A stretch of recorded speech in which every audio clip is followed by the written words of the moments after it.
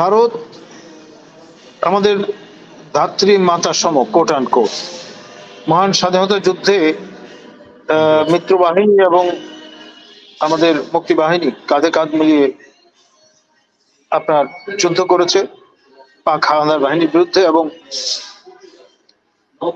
জয়লাভ করেছে। এবং বাংলাদেশের প্রায় চারদিকে ভারত। এই রিয়ালিটি আমরা কখনই অস্বীকার করার জো পাবো বলে মনে হয় না।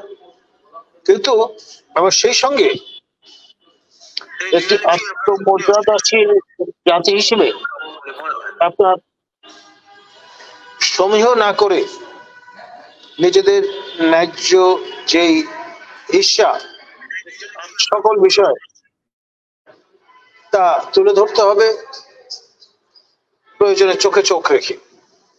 কিন্তু আপনার নতজানু যে পলিসি, নিজের স্বার্থ জলাঞ্জলি দেয়া জাতি হিসেবে সেটি কখনোই কাম্য নয়।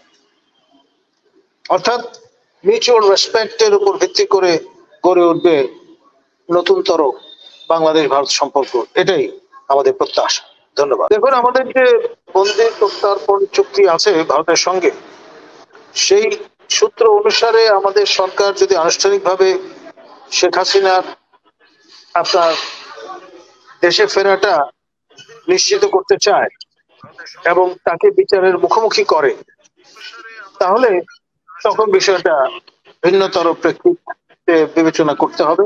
ভারত যদি অস্বীকার করে তাহলে অবশ্যই সম্পর্কের অবনতি ঘটবে, এতে কোনো সন্দেহ নেই। আর যদি আমাদের যে আনুষ্ঠানিক